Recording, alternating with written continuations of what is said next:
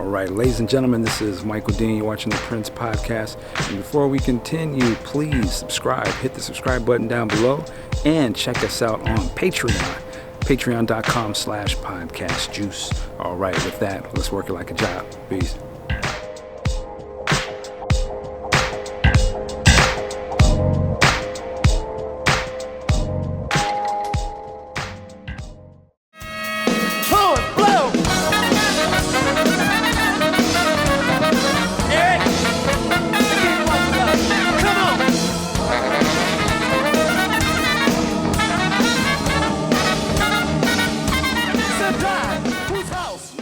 Man, just to go back real quick, because you mentioned Mutiny and Love Bazaar.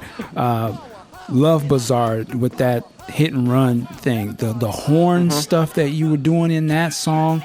Let me take you back to there was a Sheila E. home video thing, and they had showed it on MTV at one point. Right. And you guys come in at the end. This is one of the moments where I was like, you don't let Prince up on your stage, because he'll just that was all, obviously that was all planned out. But to us it played a whole different way. But when you guys came up there and did Love Bazaar with Sheila E, and there's a point where you go into this horn thing with you, and that was some of the dopest horn lines. I was like, what's going on? And Prince was over to the side of the stage acting a fool or something. But man, y'all was killing that right there. You guys were on fire. Thank you, man. Thank you. I appreciate that. I mean, once again, that was just a wonderful opportunity that I had for Prince to come to me and basically say, do something there. You got something, and basically what I would do on a line with that is I would just sit, I'd take a few minutes or something, and I'd sit with Bliston, and we just start playing lines.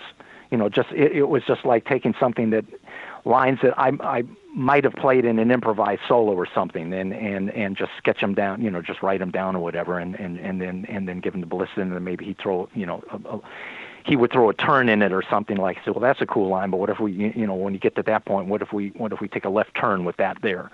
And that was just the thing that him and I had. But it was just the fact that Prince was so supportive, and that he was looking for those different kinds of things then, and I was just lucky to have been there then, because look, think of it this way: when he decided to bring in a saxophone into his music, he could have very easily have thought, I want a saxophone in the music.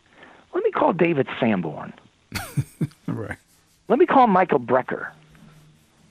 Or let me call this young cat Branford Marcellus. Or hell, let me just get Maceo. Well, why?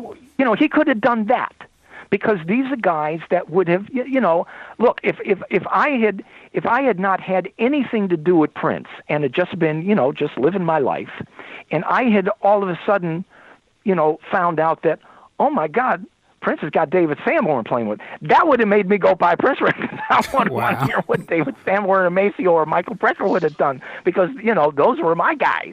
That would have brought me into Prince's music. But it was just fortunate for somebody like me at that point that Prince was not interested in bringing in a known entity, And that's why I kind of laughed years later when he finally brought Maceo into his band, like, when, in the early 2000s, and I laughed, and I just told Alan, I said, he finally got the cat he probably should have gotten from day one. So, well, man, let me tell you though, Eric. See, the thing about it, man, is that so for me, when I listen to you guys, how you play, I want to know. I wonder, like, where does that come from? Because to me, I was wondering, is he like a dancer or something? Because you have this very particular, it's like a funky ass rhythm and timing about your stuff. That I'd be it comes from Maceo. Well, I know, but you interpret it a different way. I was like, has he got a black girlfriend or something? Like, where is he? Where is he getting this from? Because the shit is cold, man. Well, I did around that time. Aha! But that's that's another story. That's superfluous to that. But no, it really was. I tell you what, it's like of all of the saxophone players that, that were influential on me and that I grew up with, and particularly the jazz guys like Coltrane and Wayne Shorter.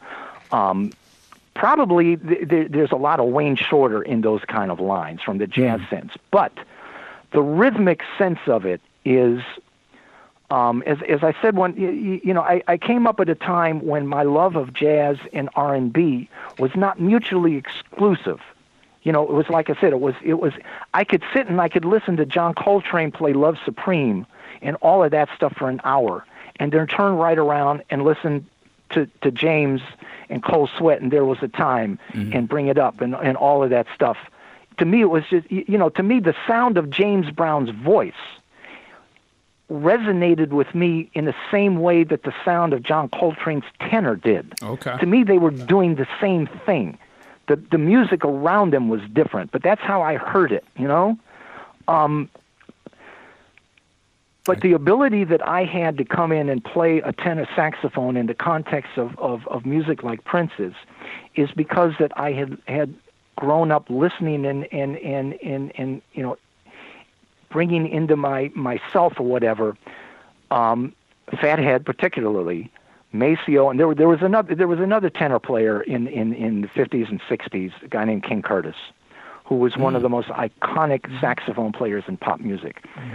From the mid 70s to the 80s, if you heard a saxophone solo on an R&B or funk song, it was probably going to be David Sanborn. He was the go-to guy, and really brought a whole new way of he was just the standard of what a saxophone could be in R&B and R&B flavored pop music. Well, during the 60s, that guy was King Curtis. He was like, if you heard an R&B song in the 50s and 60s that had a tenor saxophone solo, 9 times out of 10 it was this guy King Curtis. He was an absolutely phenomenal player. Unfortunately, he was murdered in 1972. But he was like an iconic guy. You could not listen to R&B and not be aware of, and he had a lot of hit records on his own. He was a very well known, R&B artist on his own. So my having 20 plus years of listening to and learning how to play this instrument from those guys, that was like they wrote the instruction book. If there was, if there's an instruction book on how to play the tenor saxophone in the context of that music, these are the guys that wrote it. So it was just a combination of all that. My particular rhythmic spot came from Ray Charles and James Brown. From a standpoint, it's behind the beat. I just lay back a little bit behind the beat. Sheila used to get on my case sometimes because when I was playing with Sheila, I would lay back behind the beat sometimes that it almost sounded like I was dragging.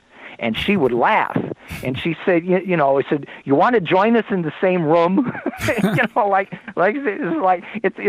feels like you're playing another, and I'd laugh, and but it's just that's where my pocket was. So that kind of laid back in the groove type of just laid back and just and that's there was nobody in funk that had that pocket like Bootsy did. Right. His pocket was like nobody else's. That rhythm section that he had with his brother on guitar, Phelps Collins on guitar, and with Frank Waddy on drums, there wasn't a rhythm section ever that felt like that either before or since. That was just one of the greatest rhythm sections I ever heard. Yes. Let me bring in Big Ken and Big Sexy. Big Sexy, you had a question? Yeah, I did. Eric, going back to the Sign of the Times tour, when you said it was really, really structured with the lighting cues and whatnot, there's some footage of you guys playing like an after show with Ron Wood from the Rolling Stones. Now, when you would do the after shows, was that more like you said, like a hit and run type deal where you guys would just get up there and just let it rip and play whatever you feel like? Yeah, pretty much so. We kind of had an alternate book for the after shows. I mean, you know, we occasionally would play Cold Sweat. Occasionally we would do some Aretha Franklin songs. Prince would sometimes do an old Temptation song, and then, you know, when we throw in some of the songs from the regular set, you know, we'd usually do like something like It's Gonna Be a Beautiful Night, you know, because that's a song that once you hit it, you could just jam on that for 10 minutes and just let that roll. So yeah, those were more open-ended stuff, you know, for that. And Prince needed that because he also, you know, I stated that, you know, that I was bored with the tours before, but, you know, Prince would get bored with the tours before himself. You know, for example, on the Sign of the Times tour, the original plan was, you know, we went to Europe, and we did the tour in Europe for a couple months, and then we were going to come back and then tour the States with that show. Well, the last week that we were in Europe, Prince said, "I'm done with this," and he said, instead of touring the States, we're going to film the show, and I'm going to release it as a video, and that's going to be in lieu of a U.S. tour. So we never played that show in the States. I'm still mad about that. I'm not pleased about that either. Well, we weren't either from the standpoint. Now, even though I said that I was uncomfortable on the stage, but here's something a lot of people don't know. The way musicians are normally paid in a band like that is that there are two tiers of payment. You get an off-road salary and you get an on-road salary. And the on-road salary is by definition higher than your off-road salary. So when we're on the road, we're getting paid more. So we wanted to be on the road. You know? So when we saw that 2 or 3 months go away, it was like, ah, shit. Wow. Now, y'all wasn't getting New Edition checks, were you? No, it was like, yeah, it was like, well, we saw the sign of those times, and those times are over. Big Ken. Yeah, so piggybacking on this, what you just said, Eric, like, you know, he got tired of touring, you know, overseas, and he brought it back to the States, and he was going to film it. And so just the first question is, now, on this Sign of the Times movie, you know, during the I Can Never Take the Place of Your Man, that horn, the horn lines that you and Atlanta Bliss are playing are gorgeous. I'm going to assume that you wrote that? That, yeah, I think, is that the thing that was at the tail end of the song? Yes. Rockhard and the Okay. Funky Place line, right? That's Rockhard and the Funky Place. Yeah. Okay, but did you come up with that though? That Yeah, line? that was my line. It was actually a song of mine that I actually perform with my group with Paul occasionally. Called we've got a group called LP Music. It was a song that I had written, and it's just the melody of a song of mine called Pacemaker. That I actually had recorded a version of it for my second album, and I didn't put it on the album. It was an outtake. I didn't get a version that I really liked that much, but it was a song of mine that I just kind of took, and because Prince wanted this line for Rockhard and the Funky Place, and I think I had it like half done, and he wanted something that was just really kind of out there. So I kind of completed the line for that, and then since the Black Album had you know, didn't get released at that point, then whenever, in fact we used that line and would play it at the end of Housequake sometimes, I think on the Lovesexy tour, I think. Somewhere on the Lovesexy tour we were playing that line somewhere too, and I think it might have been Housequake. That was my line. Yeah, I just wanted to make sure. I assumed that was your line, but I just wanted to give you props for it. That's an excellent line. Love it every time I hear it. Yeah. Well, so, thank you, man. That was actually it was a line that was kind of inspired. There was a saxophone player, an iconic saxophone player from the '60s by the name of Eric Dolphy. Oh yeah. Who was a very avant-garde. I mean, this cat was like really out there. And he was a very early influence on, and the line was kind of influenced by the kind of stuff that he would have come up with. It was kind of my version of like, okay, I'm going to try to be Eric Dolphy for a minute. So it was kind of influenced by that kind of stuff. Very angular. It was almost a mathematical kind of thing. So for every time the line went up, I wanted to turn around and have it come down in a similar fashion, interval-wise. So it was just, so it you know, It was more of an exercise than anything else. But like I say, Prince was really open to that kind of stuff. So I was just very fortunate that he gave me those opportunities. So. Nice. So now, if I recall correctly, so now later in that year, and this is around '87. Mm-hmm. So I think, wasn't it toward New Year's Eve that Prince and Miles Davis met?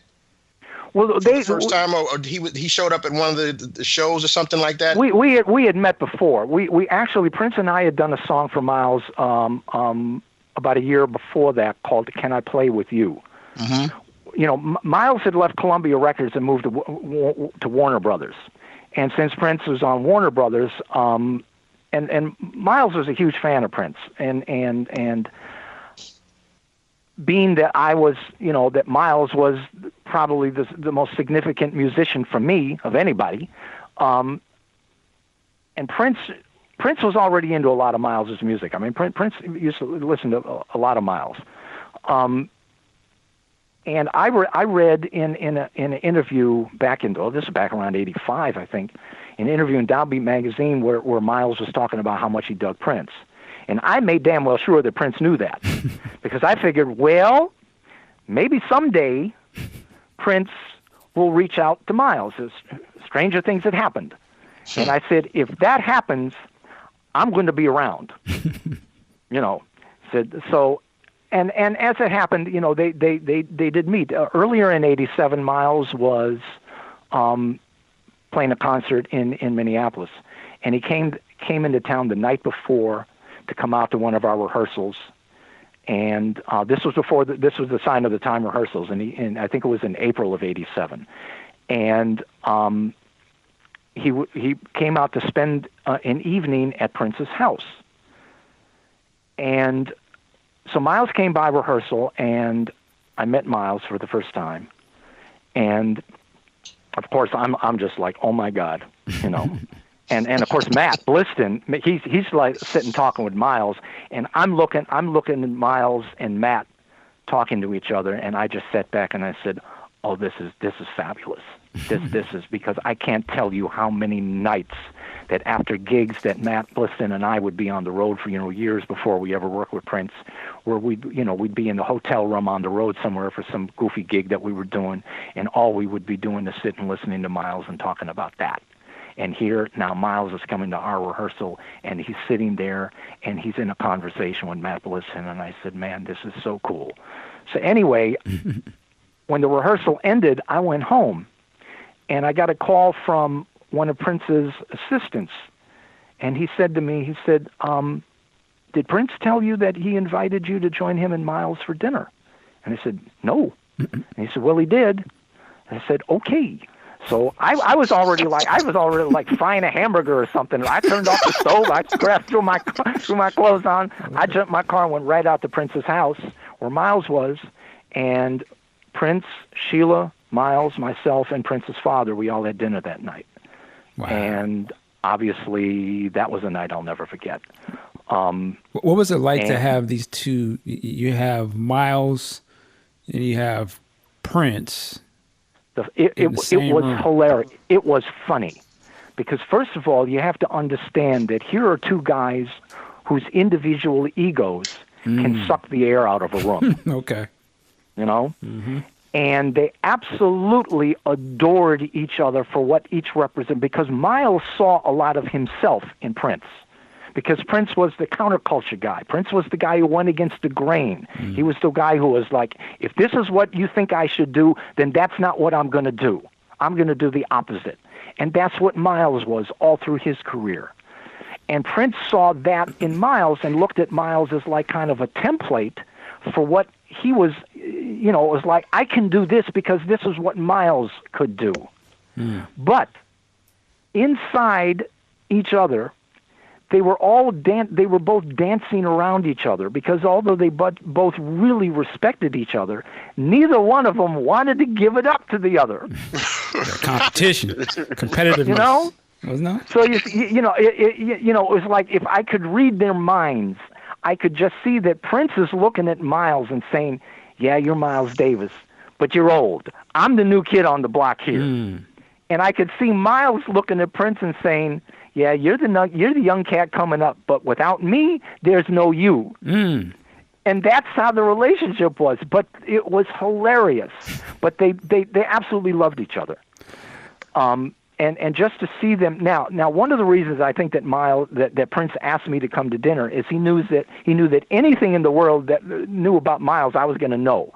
And I took advantage of it. I said, I don't know if I'm ever going to get an opportunity like this, so I'm just going to start, talking to Miles about anything. And I got Miles rolling. And Miles wouldn't shut up. He just started talking about anything, and we just sat back and let him roll because he had an audience. Look, Miles is an entertainer too, and he had an audience. It was me and Prince and Sheila and Prince's dad, but he had an audience, and we're just sitting there listening to this, and it was absolutely fascinating and phenomenal. Wow. It was and funny because Miles is absolutely hilarious. I think the concert that Ken was talking about was like... Yeah, that was a New Year's Eve gig that we did by invitation only on the soundstage at Paisley, New Year's Eve, 1987, December 31st, 1987. And like I say, it was invitation only, and Prince invited Miles to come to that. So Prince was a guest there, or Miles was a guest there, and of course the implication was that if you wish to bring your trumpet and join us on stage, we would be thrilled. And of course he did. So for all of us, that was just, a moment to be remembered. There was one very, very funny thing that happened, of course, on that. We had, Prince had several hand cues that he would give the band at any given time that meant that there was a little riff or a little lick of something that the band would play. And there were 3 or 4 different ones, and depending on whether Prince threw up his fist in the air, we knew that it was this little lick that he wanted us to play. He'd shake his hand one way, it was this or that or the other. And at any given time in any song, he might throw one of those up. So we all knew, to keep our eye on Prince for any of those cues. So at that point where Miles is playing, Prince throws us one of the cues, but nobody paid him any mind because we were all concentrated on Miles. Now, the fortunate thing is that nobody hit the cue, because if some people had hit it, then it could have sounded like a train wreck. But no one paid any mind. And Prince got real pissed. and Miles is playing. Prince throws up his arm, and no one pays him any mind. And finally he yells, hey, I'm still running things here.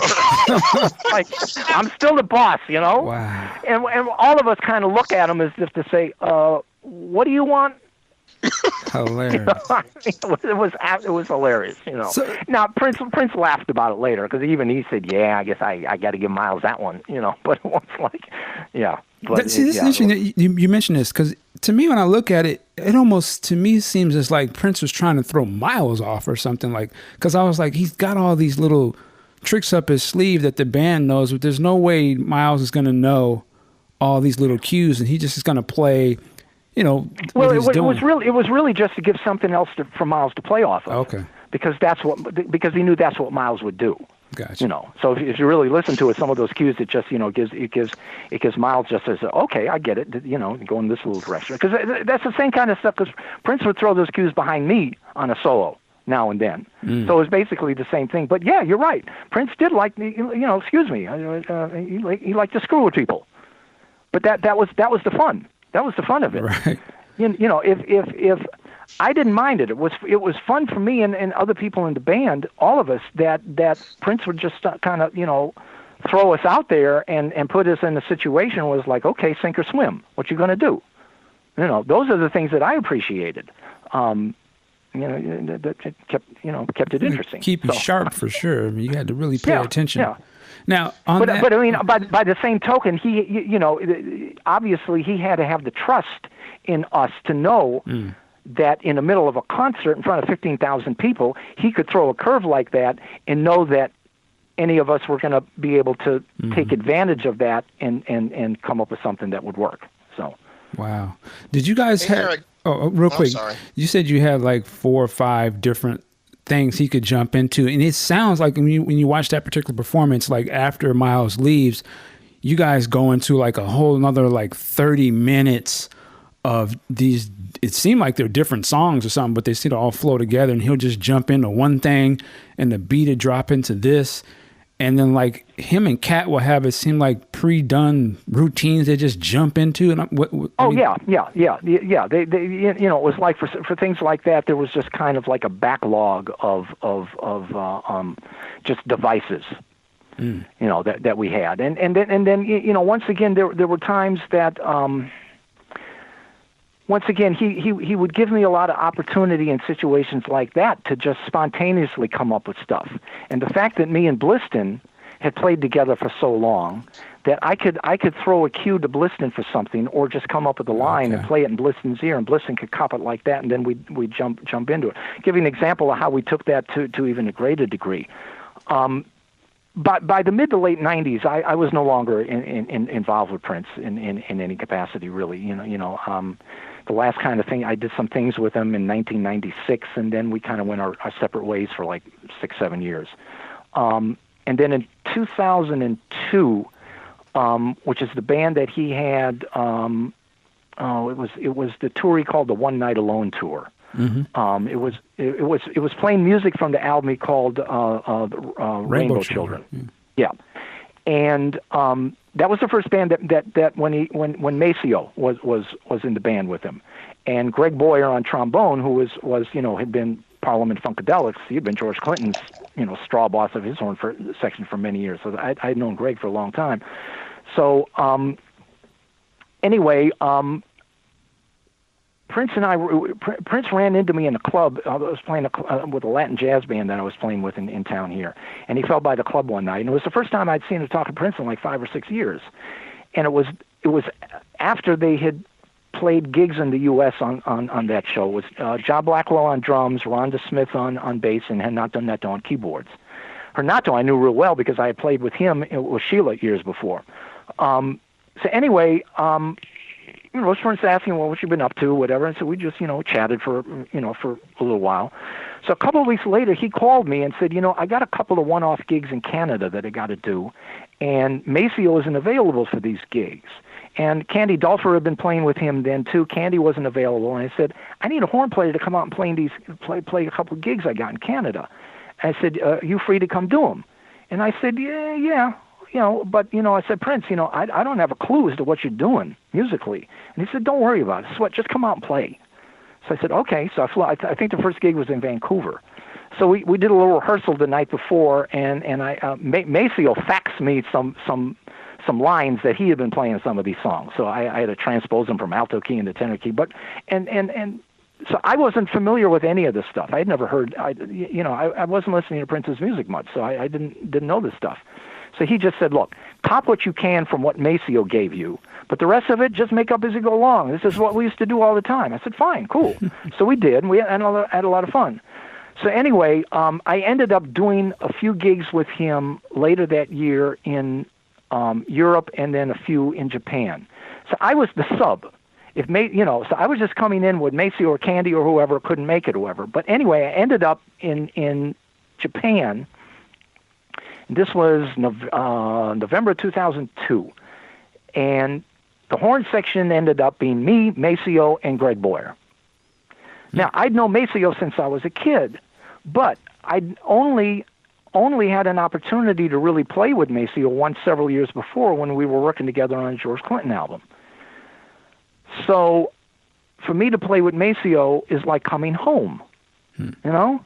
Mm-hmm. I mean, so Prince realizing what he had, with all due respect, I mean, once again, excuse me for sounding self-serving or arrogant, but you had the whole history of R&B horns. Right. You had Greg Boyer, who was responsible for so much of all the classic horn lines with George Clinton. You had James, you had the whole James Brown repertoire and Legacy and Maceo, and you had all the stuff that I had contributed to Prince back in the day. So what Prince did is on a lot of the songs that we were doing on that show were some open-ended stuff that he would just let roll. So what Greg and Maceo and I did is we had a list of about a couple dozen iconic horn lines from James Brown songs, from P-Funk songs, from Bootsy songs, from Sly Stone songs, from Prince songs, from Ohio Players to to Kool and the Gang, and because we all knew those songs. We all just were part of part of our just vocabulary. Mm-hmm. So we'd get into these jams with Prince on some of these songs, and Greg, who was the straw boss of the section. I mean, he was really the section leader at that point. Because I'm just the sub. I'm just there to hang out, and we had them all numbered. So he would just throw up his arm, or maybe I would, or sometimes me say, and he's just like number 4. And we say, okay, number 4 is that one. So all of a sudden, we'd be jamming on the end of the song. We'd start playing the horn line from Get On to Goodfoot, And Prince, of course, knew all of this stuff too. So what he would do is he would fall in behind us. So he was letting us kind of drive the bus. Wow. And that week of gigs in Japan was hands down one of the most enjoyable gigs I ever did with Prince, because he was just giving it to me and Maceo and Greg, and we were having a ball. But here's the thing: we did the Tonight Show a few weeks after that, and then 2 nights later we went to Las Vegas and recorded the show that became a DVD, Prince Live at the Aladdin Theater, mm-hmm. which was a DVD. But here's something, and once again, excuse me for sounding exceedingly conceited and self-serving, but there was a clip of what we did on the Tonight Show. I don't even remember the name of the song. It was from the Rainbow Children, and in a pretty extensive horn arrangement. It was Greg and me and Maceo and Sheila. No, I'll tell you what it was. It was called the Everlasting Now. Yeah, that's what it was. So that clip has ended up on YouTube, and somebody threw it up on Facebook, and ended up on my Facebook page. And of course, there were a lot of comments about it, and there was a comment for somebody that said, "Wow, that's the amazing Eric Leeds standing up there." Now, I don't usually answer, stuff on Facebook like that. I don't go down that rabbit hole. But I almost came so close as to just responding. I said, "Yeah, that's the amazing Eric Leeds, standing right next to my fucking, Maceo Parker. Don't you realize, it's like, sweetheart, I really appreciate you referring to me as the amazing Eric Leeds. But, sweetheart, the reason that Eric Leeds is amazing and even standing there is because of the guy standing next to him." Tell it. So, excuse me if I have a little bit different way of looking at this. Look, I appreciate it, but it's like, like I said, when Macy and I told Prince, when we ran into each other, I laughed and I said, "Prince, you finally got the only other cat you should ever have playing saxophone in your band other than me." And you know what I mean. So, man. Yeah. All right. I hear that. Well, man, it's like for a lot of people, man, Prince fans, we're not aware of the history of where Prince stuff comes from. I appreciate that. You know what I mean? I appreciate that. So when we see you guys, look, and I told I used to tell Maceo, I said, like, Maceo is known pretty much nowadays as an alto player, but back in the day in the '60s when he was playing all the iconic solos on Cold Sweat, Papa's Got a Brand New Bag, Get It Together, Lick and Stick, Say It Loud, all of that stuff, he was playing tenor then. He was a tenor saxophone. He didn't start playing alto until like the early '70s. So I told Maceo, I said, "I'm really glad you switched to alto, because it gave me my opportunity to come in under you as a tenor man, because if you'd still been out there on tenor, I don't know what I would have done." So, anyway. Man. Wow, that's some stuff. That's just, again, that's that historical context. That's knowing where it comes from, right? I'm so blessed, to have had these opportunities, to have those experiences, and obviously, I have to give it up to my brother, because it was so much of his aspirations in his career that as the little brother I could tag along. Mm-hmm. Mm-hmm. No, that's respect. That's respect. I'm going to tell you a little story, which is one of the most significant things in my life, and it prepared me for understanding, years and years later how to relate to somebody like Prince. Okay. And the persona and how to be able to function in a situation like that. Because you really have to understand the different perspective that ultimately it ain't about me. You know, it's not about me. One of the first times that I actually had the opportunity to hang with James Brown and the band, and this was in when we lived in Richmond. I was 14 years old, and Alan and I had gotten backstage at the theater where James was playing that evening. It was April of 1966, and like I say, I was 14 years old. Alan was 19 years old and working at the radio station. He'd already known James for a few years. And Alan, the promoter of the show, was the program director at the radio station that Alan worked. So Alan could always, get in backstage by saying that he was work for the promoter. So anyway, we got to the theater. We're backstage. This is like an hour before, they hadn't opened doors yet, and the James Brown band, who it was one of the most iconic ensembles of musicians in the history of music. And for me growing up, it was like, oh my God. So I'm backstage, standing on the wings of the stage, and the James Brown band is on stage, and James is playing organ, and they're just rehearsing, just running through some songs, and James is playing organ. And I'm standing by myself, and I'm this skinny, scrawny little white kid just standing there. Alan had gone up front to the box office to commiserate with the promoter. He was Mr. Big Shot. He wanted to be able to come back and tell James, "Oh, sold out tonight, Mr. Brown." So I'm by myself standing back by the stage, and a fellow who was one of the crew members, one of the stage guys, and just one of the crew members for James, is walking backstage, and he sees me standing there, and he doesn't know who I am. He says, "Who let this little kid in? What's he doing back here?" So this guy says to me, he said, "Son," kind of rather I'm 14 years old, so any guy that's older than 20 is like an authoritarian figure to me. So this guy comes up to me and he says, "Son, I don't know how you got back here, but this is the backstage area. You're not allowed back here. You'll have to vacate the premises." And I'm saying, "Oh shit, he's going to throw me out on the street, and Alan's up front, what the hell?"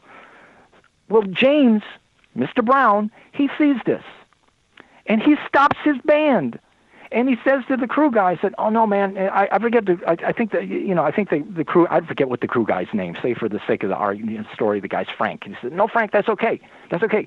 The young man's okay." And he says to me, Rick, step closer. Come on, step closer. Get closer to the band so you can feel the band." And I'm saying, oh my God, not only did James Brown just save my ass from being thrown out of the backstage area, but he's telling me to come closer. So I'm like pinching myself. Is this a dream or what? So I'm thinking, yeah, I'm Mr. Big Shot. So then Mr. Brown looks at the guy and he says, "Young man's with the DJ." It wasn't about me. It was about Alan. Because Alan's the DJ. See, even though Alan is only 19 years old, Alan is a DJ. The DJ is why we're here. Because the DJ is playing my records. And that's why we're here. And this young man is the DJ's little brother. So, excuse me, we ain't gonna fuck with the little brother. Say he's good. Yeah. So now, fortunately, I was at least, even at 14 years old, I figured it out. I said, I get it. I understand what this is about. This isn't about me. I'm just lucky to be here. Now, of course, I was ready to look at the guy and say, yeah, I'm with the DJ. So I'm, but this is James Brown saying this. So excuse me, by the time I met Prince, it was like, okay, so it's just, yeah, this is a remarkable musician. I'm happy to be here, but so, right. It ain't all that. Now, it was, yeah, it was, but at least, it was that ability that gave me the perspective. And I think that maybe when had something to do with the relationship that I was able to have with Prince, in the nature of that relationship. I was the old guy that came in.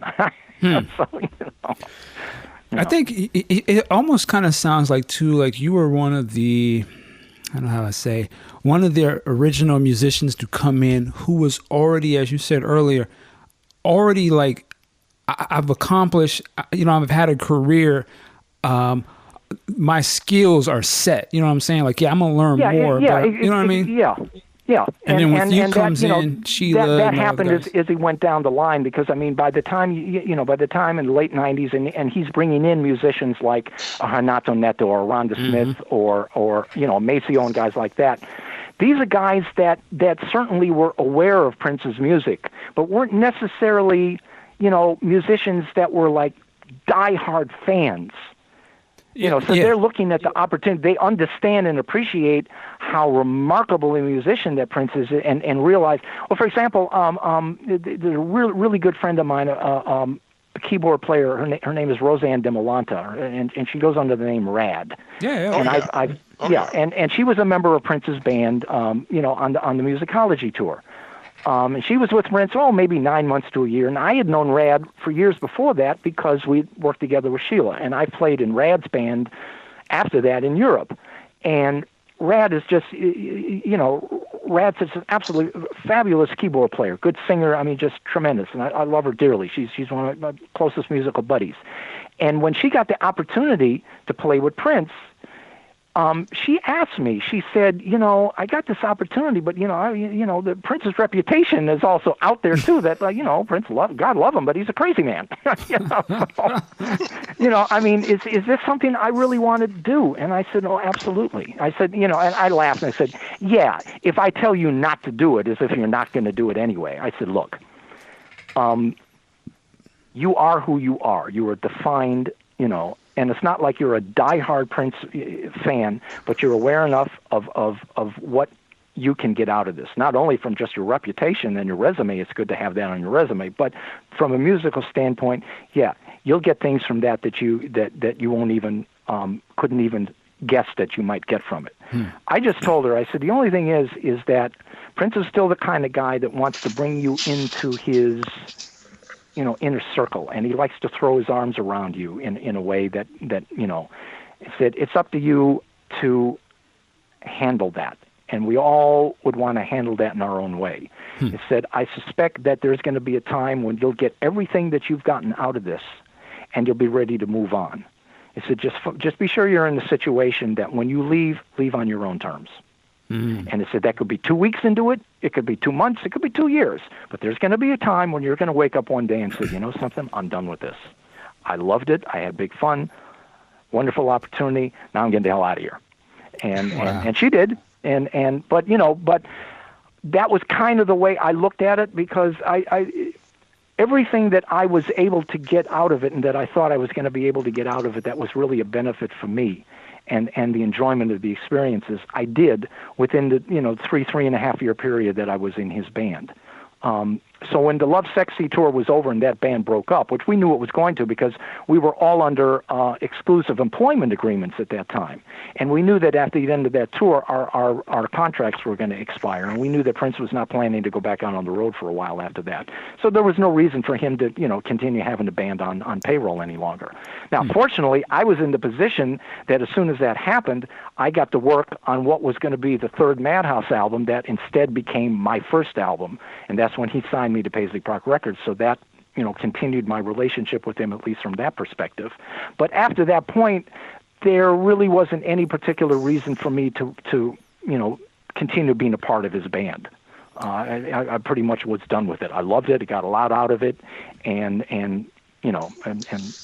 just so fortunate to have had that experience at that particular time. But at that point, it was like, hey, this was great, and now he's given me the opportunity to do my own stuff. Cool, I'm in the perfect place. So. Which I want to jump into. Well, here I want to do this. We're going to jump around, and hopefully we can keep the conversation honest and 100 as much as you want to. We're going to come back and talk about Madhouse here in a second. But why, if you can talk about it, and I don't know if it has to do, because I know you got your notes and you got everything documented, which I totally understand and respect that. Is there a reason why you stopped working with Prince? Did you leave on your own terms, or did you leave on some other terms? Or No. At first, like I say, when the Lovesexy band broke up, I was basically just ready to move on with whatever was going to be next in my life.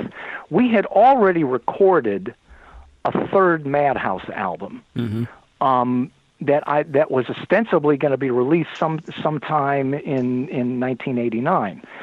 But a few months had gone by, and by now Alan, Alan had been the tour manager for all those years. But then after the Lovesexy tour, when Paisley Park Records actually came into existence as an entity of itself, Alan was Prince then named Alan to be head of Paisley Park Records. So Alan was basically running the record company by then. So we had already had this third Madhouse album in the can ready to go, and a few months had gone by, and I didn't hear anything more about it. And I asked Alan, I said, "Well, what's up with the third Madhouse album?" And Alan said, "I haven't heard Prince say anything about it." And I told Alan, I said, "Well, that means that suggests that maybe Prince has lost interest in that." And I said, "Ask Prince for me. What's up with that?" And he did. And Alan called me back and he said, "Prince wanted to know what I thought of it." Of the album. Did I like the album? That's different because Prince had never, Prince isn't somebody necessarily is going to come to any of us and ask us specifically what we think about something. Prince, there was an understanding, a professional understanding that Prince understood that, for example, someone like me, I wasn't there necessarily because I was in love with his music. And that wasn't the point. And Prince stated this once. That there was once a conversation that happened between Prince and a member of his band during a rehearsal once, and I'm not going to say who this person was, and I'm going to keep it gender neutral. This wasn't a physical conversation, was it? This was an actual conversation. Oh, okay. That this person in Prince's band was having a bad day, and we all have bad days. And Prince was on a tangent working on some piece of music in the rehearsal. And this person had somewhat of a confused look on his or her face.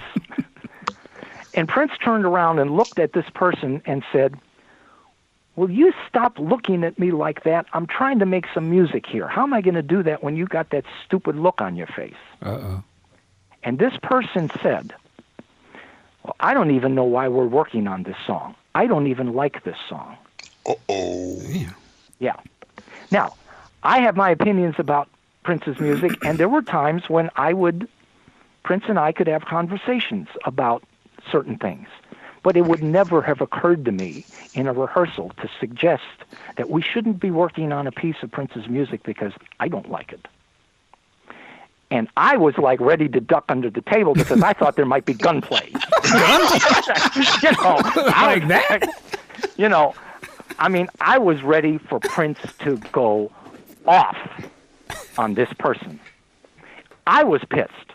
Damn. Because I was sitting back and thinking, if I were a band leader and somebody in my band said that to me, that would be the last thing that person would say as a member of my band.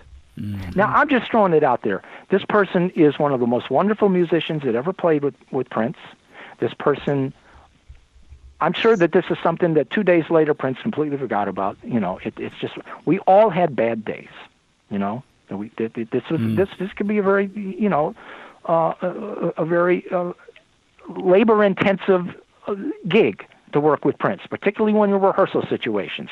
So I'm casting notice because, look, it wasn't like any of us didn't necessarily feel that way on any given day, but it was just the fact that this person actually said it. Right.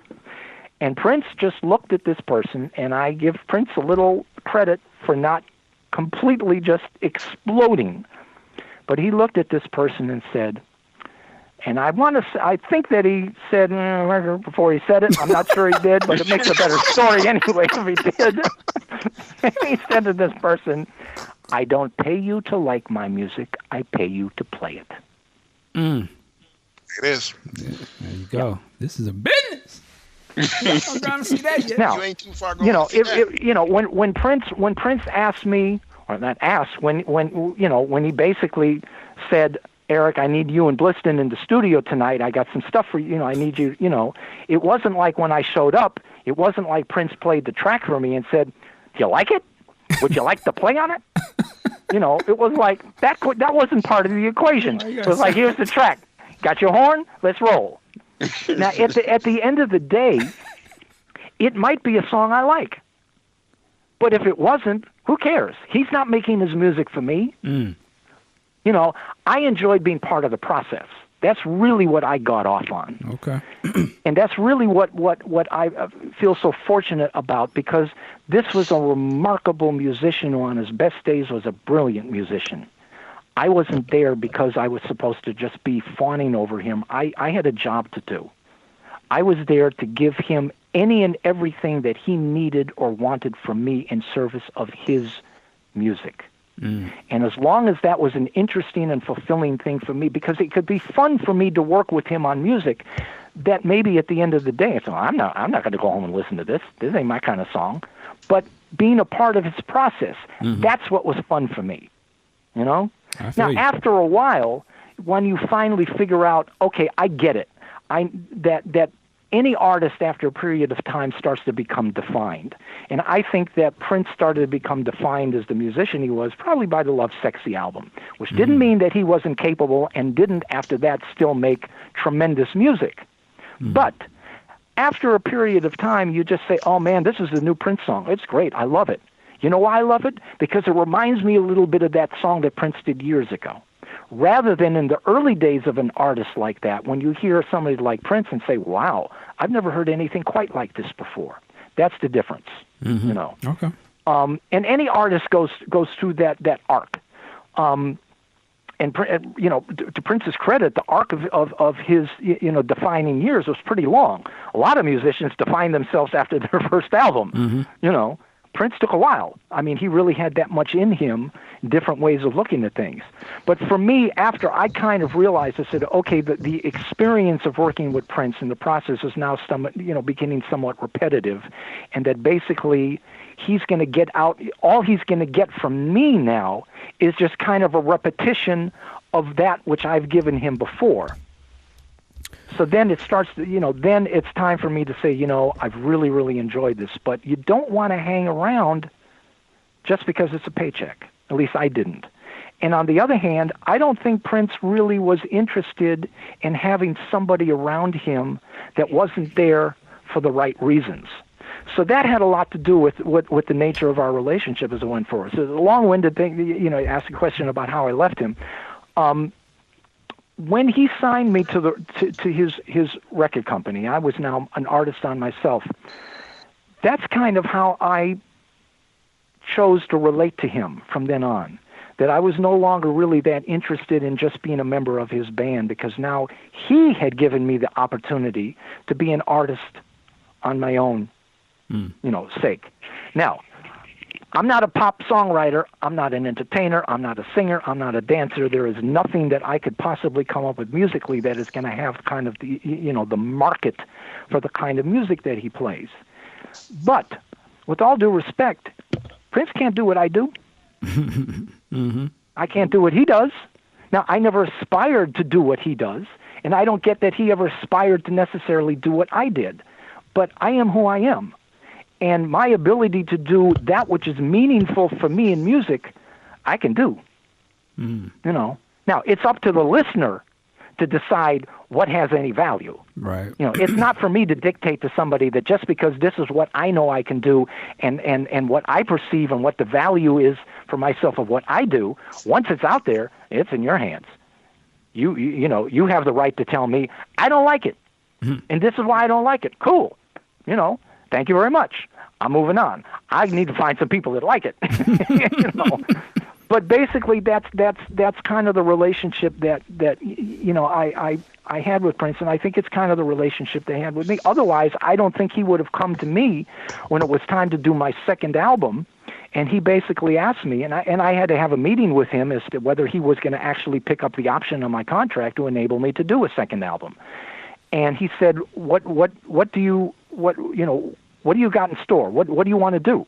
And I said, well, Prince, I got a working band I've done some gigs with, And I'm probably going to start there and see if that's when I want to go in the studio with some of the guys that I've been working with. But I also want to sit down with the A&R department at Warner Brothers, the jazz A&R director, and see what they can bring to the table. And he said that, and he said, cool. And I said, are we good? And he said, yeah. And I said, I said, Prince, I got a stack of music I can play, but I can't give you a definitive answer what this album is going to sound like. And he said, I know. I said, that's okay? And he said, yeah, go make an album. Go do it. And I was walking out of his office, and he stopped and he said, you know why? And he paid me the biggest compliment that anybody in the world could have ever paid me. This is not only, he was still my boss to the extent that he was the president, it was his record company I was, recording for. Mm-hmm. It was his determination of whether he was going to give me the budget and the money to go and be able to do what I wanted to do. And he said to me, he says, I don't have a clue as to what you're going to do. I know that you're going to bring me an album I'm going to love. Wow. And when somebody like that says that to you, then it's like, okay. So I went into Alan's office real quick, and I said, quick, before he changes his mind, let's get to LA and start talking with the Warner Brothers department, get this shit on the road, And interesting. So that was my second album. It was called Things Left Unsaid, and that was the one that was my favorite. Really? Okay. It doesn't have anything to do with anybody else, but that one but that was Prince giving me the opportunity and the confidence, that I was going to be able to do something that would be cool. So, I will forever. Look, I'll be honest with you. I could sit and I could say an awful lot of things about Prince that aren't very complimentary. There are a lot of conversations that I've had with Prince that weren't cool, and things that he said to me in different conversations that were not called for and were unacceptable. He's had conversation, and there isn't a person that I know that's ever worked for him that can't say the same thing. But anything that he could say to me that I could take umbrage at is really Tweedledum Tweedledee. Because at the end of the day, what he said to me doesn't mean dick. Excuse me. What he did for me does. This is a cat who gave me, when I joined his band, he not only gave me the opportunity in his band to be the primary instrumental soloist on his shows, on his tours. I mean, during those years of the Hit and Run, The Sign of the Times, Lovesexy, if there wasn't a guitar solo on a song, there was a saxophone solo. So he's given me that opportunity to create that role in his music. Then he creates this project Madhouse that basically was to feature me. And then after that, he just said, screw that. I'm just going to sign you here. And he gave me a rock and roll budget to make instrumental music. Any other record company in the world would have given me 1/10 of the budget that he gave me to make the music that I made. So it's what he did for me. So and I'll tell you something else.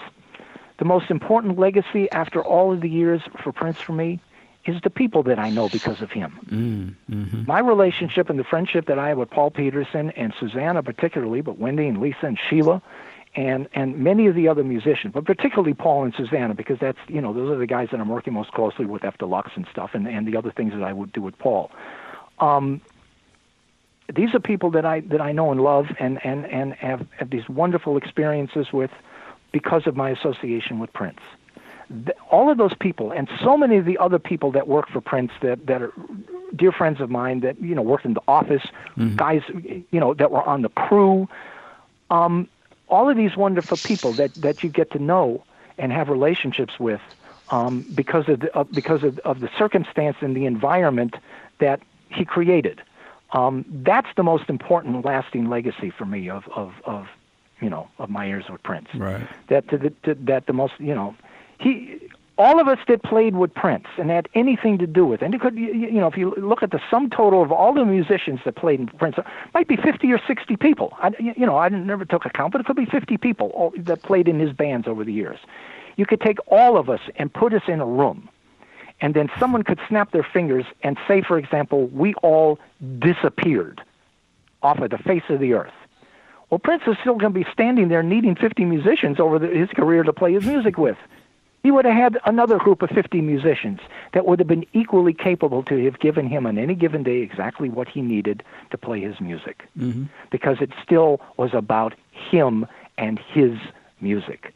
Whatever I could have contributed that you or anybody else really thought was cool, I am forever grateful. But if I hadn't been there, Prince would have had something else or somebody else that might have given something different than what I did, but equally cool in the context of his music.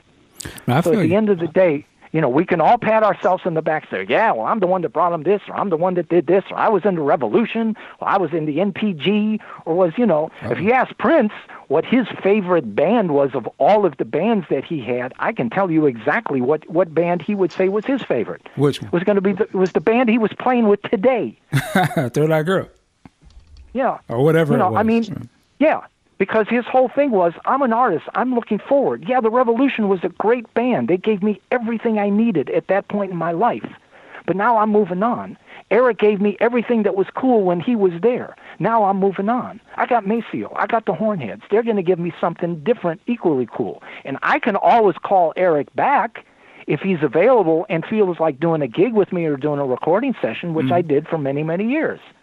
So we always had that relationship. But basically, we went our separate ways in 2003. In the fall of 2003, I was still doing a couple things for him, just here and there. And then he was gearing up to go on, I guess it was the musicology tour. And he asked me to go out on the road with him and rejoin his band full time. And I turned him down. I told him, no, Prince, I'm not interested in doing that. I said, if you have a given gig or a given situation now and then that you want me to come out and do a gig or hit and run or a recording session, I'm cool with that. I said, I'm just not, at this point in my life, there are too many other things that I'm involved with that I'd rather do musically than commit to you for that period of time, because you need somebody that's willing to really commit heart and soul, and you deserve that. That's what you need. That's what you expect, and that's what you should have. And I'm not that guy right now.